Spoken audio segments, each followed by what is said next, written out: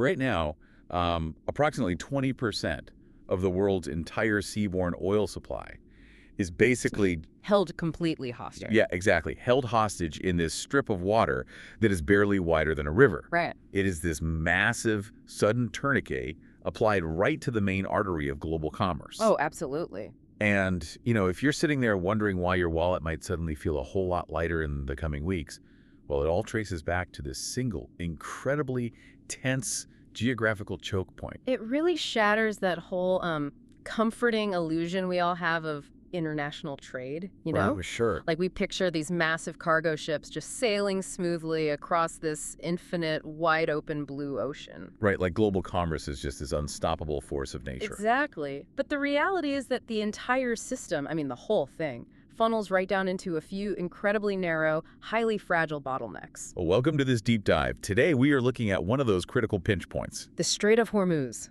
Yeah, the Strait of Hormuz and the absolute geopolitical earthquake that's happening right around it right now between the United States, France, and Iran. It's just a wild situation. It really is. Yeah. And we are pulling all of this from a very detailed, newly published post on the Patreon page, KULT. Right, KULT. Their research breaks down French President Emmanuel Macron's outright refusal to join a U.S.-led military operation in the Strait. And, of course, President Trump's immediate, very sharp dismissal of Macron in response. The speed at which this is developing is just staggering. I mean, we are watching decades-old international alliances being reshaped or, honestly, maybe dismantled in real time. Now, before we really get into the weeds here, let's establish some ground rules for you, the listener. Very important. Right, because the source material we are looking at today involves ongoing, highly sensitive military and political actions, Yeah. specifically involving the U.S., Israel, Iran, and several European nations. Yeah. So let me be crystal clear here. Neither of us here are taking sides. Nope, not at all. We don't have a horse in this race. We aren't endorsing any specific foreign policy, and we are definitely not here to tell you who the good guys or the bad guys are. Exactly. Our mission is strictly to impartially report, unpack, and, synthesize the facts and the viewpoints presented in this KULT article. We just want to help you understand the actual mechanics of what is happening. Precisely. The goal here is clarity, not commentary. Right. We just want to give you the tools to understand the underlying logic that's driving these massive global decisions. And the overall mission of this deep dive is to understand exactly how a localized military blockade doesn't just trigger, like, an economic shockwaves. Right, bigger than that. It fundamentally redefines how international alliances actually work. Yeah.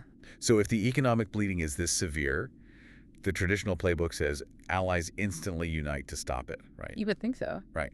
Yeah. But let's start with the physical reality on the water because, well, the geography is what dictates everything else here. You just can't overstate the geography here. Okay, let's unpack this. The Strait of Hormuz is currently blockaded by Iran. Mm-hmm. And the catalyst for this, at least according to the source, is that this blockade is a direct retaliation following attacks launched on Iran by the United States and Israel back on February 28th. Right, the February 28th strikes. Yeah. Now, we just mentioned 20% of the world's seaborne oil passes through here. But, paint a picture for us. Oh.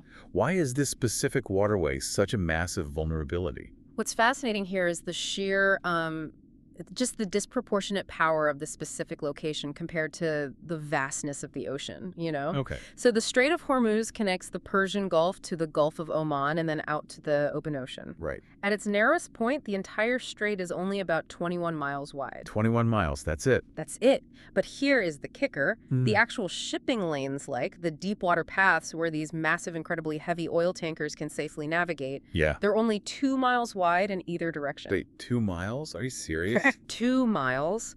It is a literal bottleneck. You have the world's most vital energy reserves entirely dependent on this channel of water that, honestly, you could practically see across on a clear day. Wow. Which means it's incredibly easy to just choke off. Oh, absolutely. And the economic impact of that chokehold is, it's already off the charts. The KULT article notes that global oil prices have skyrocketed between 40 and 50%. Yeah, 40 to 50%. But hold on, the oil hasn't, like, completely stopped flowing forever, right? Yeah. How does a blockade thousands of miles away instantly jack up the price of oil by 50% overnight? Well, that is the magic and, honestly, the terror of the global futures market. Okay. You have to remember that commodities like oil, they're traded based on anticipated risk. Anticipate. Right. The market doesn't wait for a gas station in, say, Ohio to literally run out of fuel. Makes sense. When traders see Iran attacking vessels in the waterway and launching drone and missile strikes across the Gulf, they instantly price in the probability of a total prolonged shutdown. So they're reacting to what might happen. Exactly. That 40 to 50% spike, that is the market quantifying panic. Wow. They are pricing in the risk before a single drop of oil is technically even lost from the global reserve. Man, and we really need to make this tangible because a 50% surge in oil, it isn't just a number on a ticker tape on Wall Street. Wow, not at all. And it's not just about paying like an extra $20 to fill up your car either. Right. Let's walk through what this actually does to just a simple consumer good. Let's say a new pair of sneakers you ordered online. Oh, that's the perfect example. Because oil is the foundational input for the entire global economy. Right. It's the raw material for the synthetic rubber and the plastics in those sneakers. No. It's the bunker fuel for the massive cargo ship carrying them across the Pacific. Obviously. It's the aviation fuel for the cargo plane if you ordered express shipping. Oh. It's the diesel for the train and the fuel for the delivery truck that literally drops them on your porch. So it touches literally everything. Everything. When the foundational cost of simply moving things from point A to point B jumps by 50%, inflation is essentially injected directly into the bloodstream of the global economy. Every single sector takes a hit. Exactly. Every single one. So you have this tourniquet applied, and the global economy is just screaming in pain. Yeah. Logically, you would assume that allied nations would immediately lock arms, send in their navies, and secure their shared economic interests. You'd think so. But when we look at Paris this week, Emmanuel Macron completely tore up that traditional playbook. He really did. The economic pain is severe, but the diplomatic response, it is entirely disconnected from it. Right. So during a National Security and Defense Council meeting on Tuesday at the Élysée Palace, Macron unequivocally stated that France will not participate in military efforts to unblock the strait. Which is huge. Massive. Yeah. The KULT article provides his exact quote. Macron declared, "We are not a party to the conflict, and therefore France will never participate in operations to open or liberate the Strait of Hormuz in the current context." I mean, he is legally washing his hands of this entirely. He is looking at the U.S. and basically saying, you started the fire, we aren't sending our fire trucks. Yeah, and that phrase, in the current context, is the crucial operational phrase there. How so? He is drawing a very firm, very deliberate line separating the French Republic from the initial unilateral actions taken by the U.S. and Israel on February 28th. Right. By explicitly stating they are not a party to the conflict, he is signaling that France will not be drafted into a war they had zero part in planning. But then Macron adds this caveat, which the source details, and it honestly left me scratching my head. Yeah, the caveat is interesting. He leaves the door open for future help. He says France is ready to take responsibility for an escort system for commercial ships and is actually already talking with India and European partners about this. Right. But, and this is the big but, he says they will only do this once the situation is calmer, that is, once the core of the bombing has ceased. Yes. Wait a minute.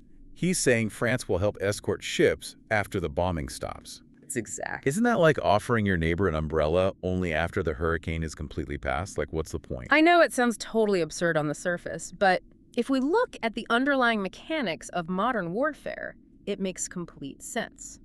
Okay, explain that. Well, a post-hurricane umbrella isn't helpful, sure, but Macron isn't dealing with weather, right? He's dealing with asymmetric warfare. Asymmetric warfare. Yeah, you have to understand why the risk is so incredibly high. The French Navy operates multi-million, sometimes multi-billion-dollar frigates and destroyers. Huge targets. Exactly, and Iran. They are utilizing drone swarms. These are weapons that might cost, $20,000 or $30,000 a piece. Oh, wow. Right, so the math is entirely working against a traditional Navy. Exactly. In a 2-mile wide shipping lane, a massive naval vessel has virtually zero room to maneuver. They can't just dodge out of the way. No. It is essentially a sitting duck for a saturated drone attack. Macron knows that stepping into that strait right now isn't a traditional open water naval battle. Right. It's basically putting a giant bullseye on French sailors in an unwinnable geography. Jeez.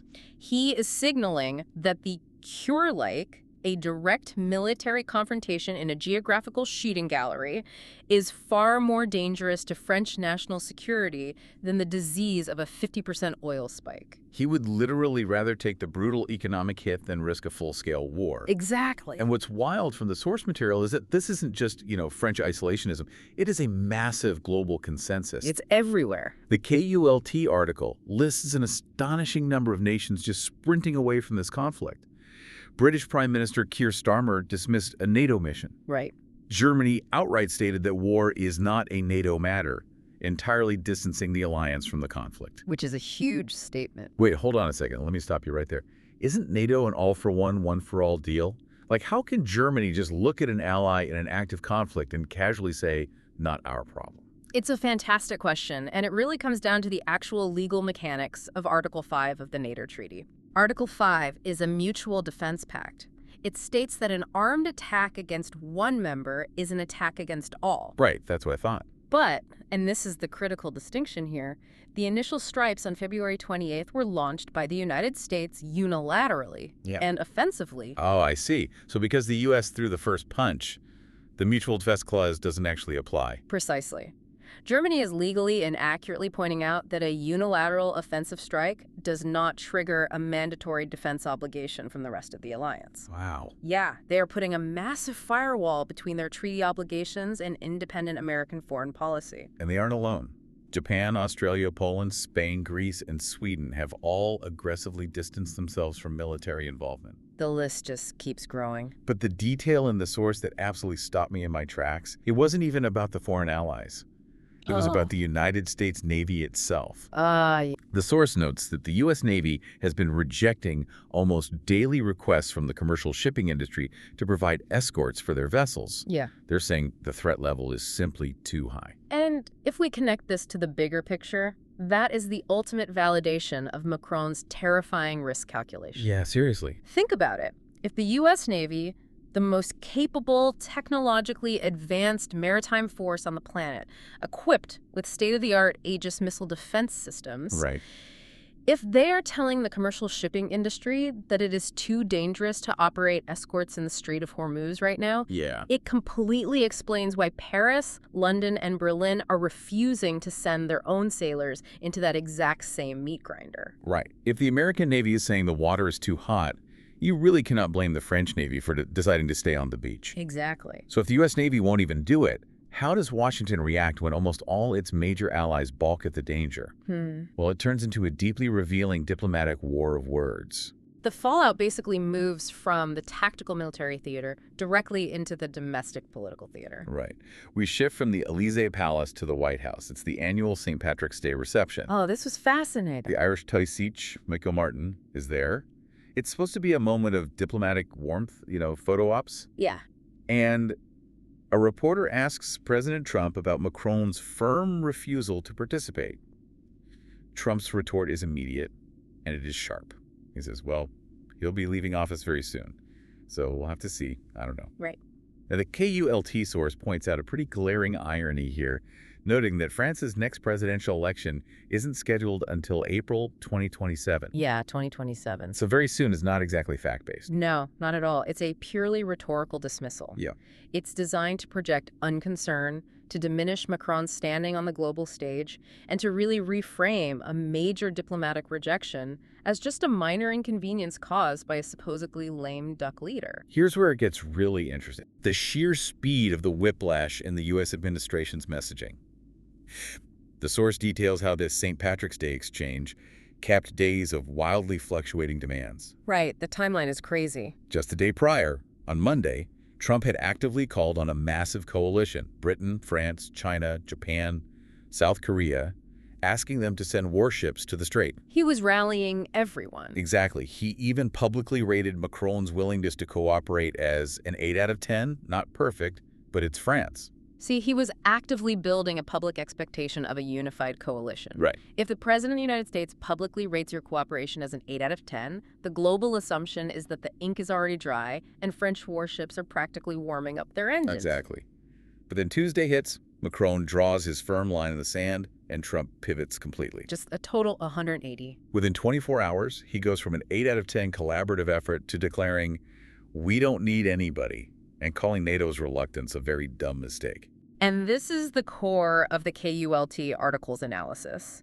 We are watching the fundamental mechanics of traditional international alliances break down and be replaced by something entirely different. Yeah? For decades, the foundational logic of an alliance like NATO was consensus. You consult your partners, you share intelligence, you debate the strategy, you agree on a course of action, and then you move as a unified front. Right. You just act unilaterally, cause a massive explosion, and then expect everyone else to show up with brooms to clean up your mess. Exactly. But that is exactly what the source identifies as the core tension here. Yeah. The U.S. launched the initial military campaign against Iran on February 28th without consulting its allies.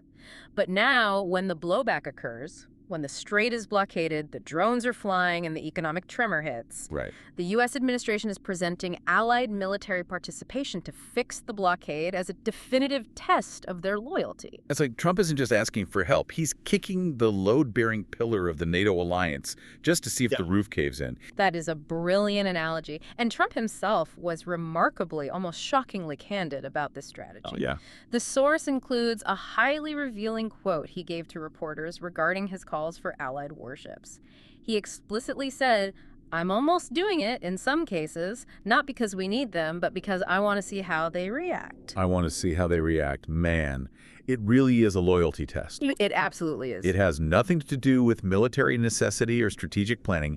It's about demanding diplomatic submission. Yeah.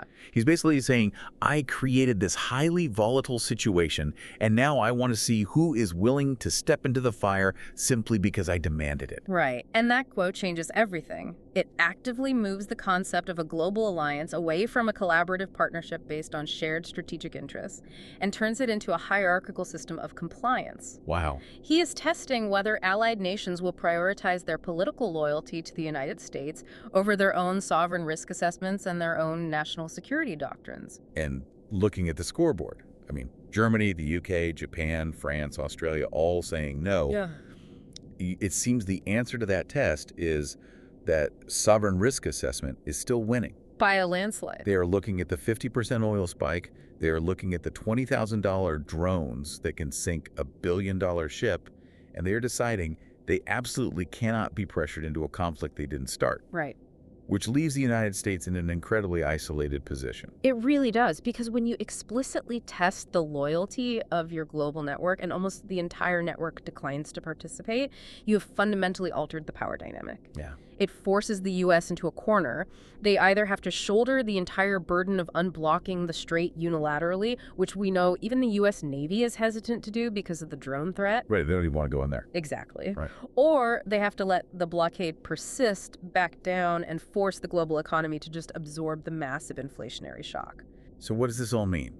We started by talking about a massive tourniquet on the main artery of global commerce. We did. We've talked about futures markets, drone swarms, Élysée Palace press conferences, and the shifting legal definitions of NATO obligations.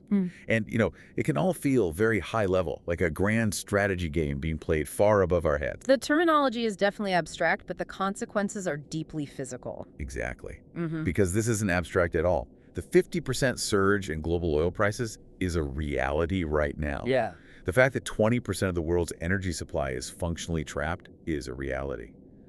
The diplomatic maneuvering and loyalty tests between Washington and Paris might be what fills the news cycles, but the fallout from this standoff is what is going to hit your wallet. Oh, absolutely. When those cargo ships can't safely move through a 2-mile-wide channel, the price of the energy required to power your life goes up. You'll feel the exact, literal impact of this geopolitical loyalty test the very next time you buy a pair of sneakers, check out of the grocery store, or fill up your gas tank. The physical reality of supply chains will always outpace the speed of diplomacy.